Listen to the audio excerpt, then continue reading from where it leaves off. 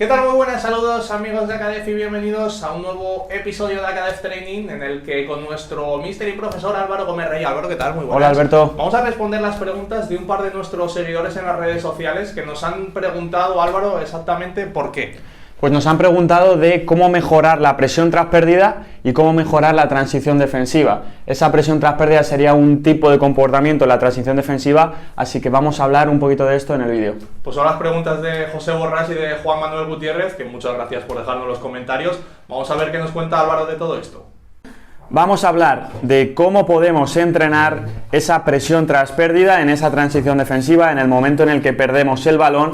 Si bien es cierto de que antes de ver algún ejercicio o algún tipo de ejercicio para el que entrenar esto, tenemos que saber que con determinados planteamientos va a ser posible o más fácil esa presión tras pérdida que con otros.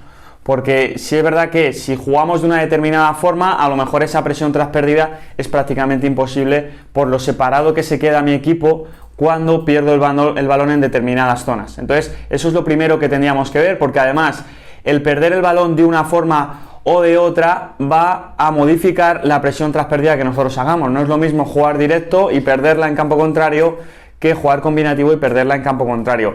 Otra parte importante sería en qué zona del campo la hemos perdido, porque en función de la zona la prioridad de la presión tras pérdida va a ser una u otra. Si la perdemos en campo propio, normalmente en vez de presionar tras pérdida, lo primero que querremos hacer será reorganizarnos para que no nos hagan gol debido al peligro de la pérdida por la cercanía de nuestra portería. Sí que es verdad que si jugamos combinativo e intentar viajar juntos a través del balón para llegar a campo contrario e instalarnos en campo contrario, va a ser más fácil esa presión tras pérdida. La frase de Guardiola que dice la presión tras pérdida que hacíamos en el Barcelona era mucho más fácil porque antes de perderla dábamos 15 pases, de tal forma que metíamos al rival en su campo, le juntábamos y nuestros esfuerzos eran mucho más cortos. Igual que, por ejemplo, hay otros equipos que juegan más directo, pero pueden hacer esa presión tras pérdida, como puede ser el Getafe, cuando juegan directo, pero acumulan mucha gente alrededor del balón en ese juego directo. No se van y se abren los centrales en salida para ofrecerse, sino que se juntan todos, golpean y si la pierden están cerca para presionar tras pérdida.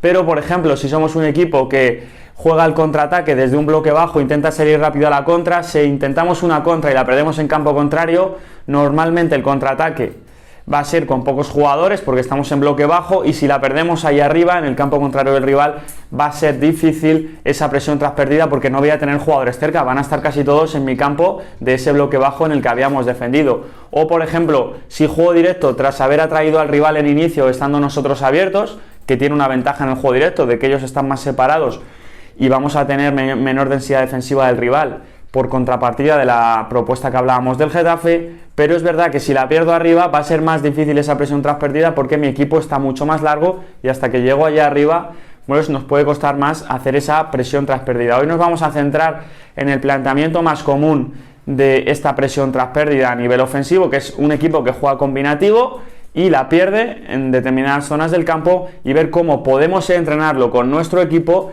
y sobre todo los diferentes matices que podemos nosotros indicar y dar feedback como entrenadores. Como comentaba José Borrás, él nos preguntaba cómo mejorar la transición defensiva de mi equipo, pero nos preguntaba ahí entre paréntesis que una transición no se resuma solo en correr hacia adelante o hacia detrás, porque hay ejercicios que mejoran esa presión tras pérdida yendo todos hacia el poseedor del balón o replegando rápido a una zona, pero es verdad que no respetan la estructura táctica del equipo y que a nivel de hábitos, de automatismos puede ser interesante ir hacia adelante cuando perdemos o ir hacia detrás y demás, pero es verdad que muchas veces falta realidad táctica de lo que va a pasar en los partidos. Entonces es un poco lo que vamos a intentar hablar hoy en el vídeo, un ejercicio de presión tras pérdida pero que tenga la realidad del partido, las posiciones del partido y hablar siempre desde la especificidad máxima posible.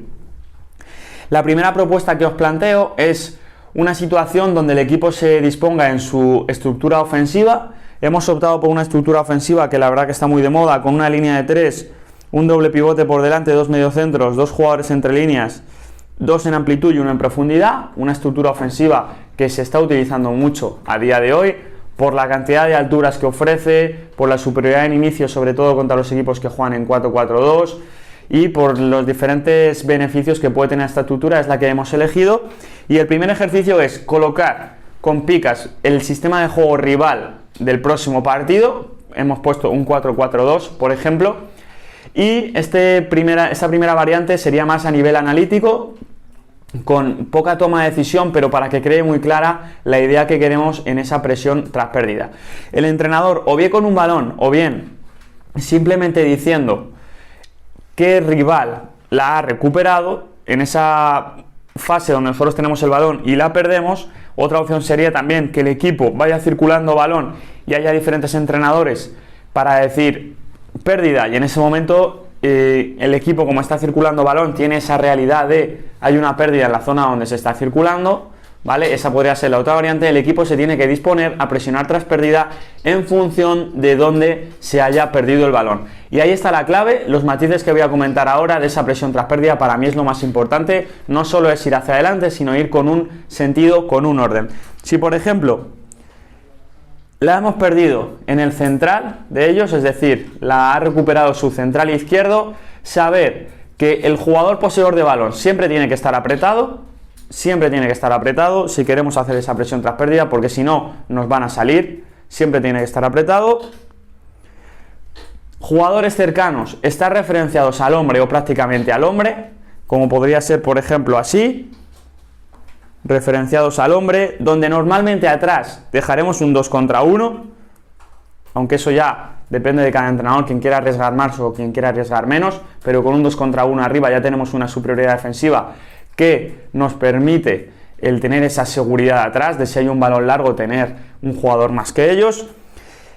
Lo que hemos hablado, presión sobre el poseedor de balón, jugadores cercanos referenciando individualmente, jugadores alejados, bascular en diagonal en función de si estos posibles receptores van a poder recibir el balón en función de cómo esté el poseedor del balón. Si no van a poder, que basculen en diagonal hacia la portería para aumentar nuestra densidad defensiva alrededor de la zona del balón, por si por ejemplo juegan directo o no la cambian de zona. Ese suele ser el error de los equipos que acaban de recuperar el balón, querer jugar por la misma zona de la que han robado cuando hay una densidad mucho mayor de jugadores. Entonces lo ideal en ataque cuando robemos sería cambiarla de zona. ¿Qué tenemos que hacer con nuestra presión tras pérdida? Evitar que el equipo rival la cambie de zona.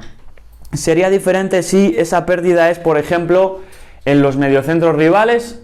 ¿Por qué? Porque ya no es la pérdida en la última línea del rival, en la línea defensiva, sino que es en la línea de medios. Entonces hay algún matiz que cambia, que sería jugadores adelantados tienen que impedir la vuelta con los jugadores más atrasados, porque si no van a jugar con ellos y la van a cambiar de zona. Poseedor de nuevo siempre apretado, referencias individuales sobre los jugadores cercanos, ¿vale? Y de nuevo los alejados en función de si tienen que ayudar en diagonal hacia adelante, si no lo tienen que hacer, en diagonal hacia detrás y ayudando a esa última línea nuestra.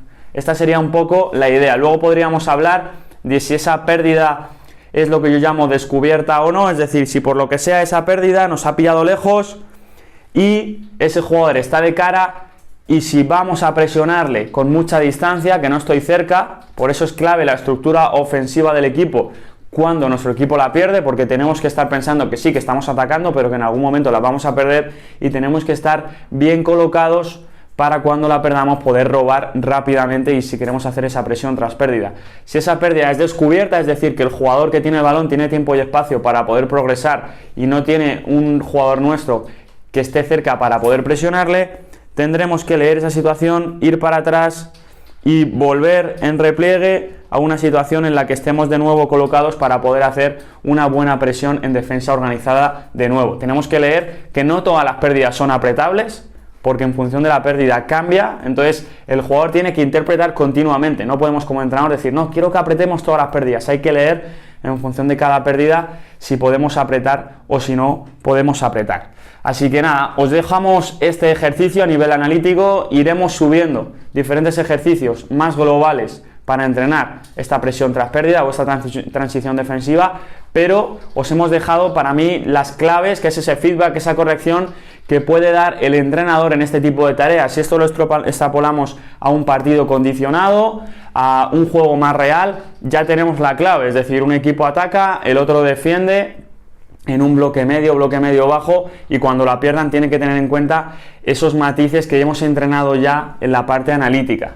Entonces creo que ya tenemos bastantes herramientas para poder entrenar mejor esa transición ofensiva del equipo. En este caso el ejercicio sería: el equipo está circulando o simplemente está parado en su estructura ofensiva y el entrenador dice pérdida, que recupera su mediocentro izquierdo, y rápido todos van a presionar, se vuelven a abrir en estructura ofensiva, pérdida en no sé qué, pum, pum, y se van cambiando y continuamente cambiando el rol en función de cuál es el jugador contrario que ha recuperado, y de esta forma el equipo va a tener muy claro dónde presionar en función de quién la robe, y luego ya en el partido global meteremos la circunstancia de la pérdida. Incluso podríamos decir, la ha robado su lateral izquierdo, pero la pérdida es descubierta y el equipo, en vez de presionar, tiene que replegar y volver a esa estructura defensiva que le permite hacer una buena presión en defensa organizada.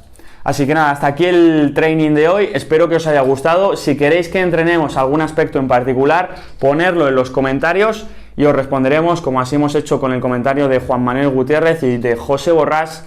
Y acuérdate, no te olvides de darle a la campanita de notificaciones y seguirnos en las redes para enterarte de todos los vídeos que vamos subiendo, y también, por si respondemos a tu pregunta, que te enteres de que hemos sacado ese vídeo y que hemos respondido a tu pregunta. Un saludo a todos y muchas gracias por vuestra atención. Os veo en el próximo Academy Training.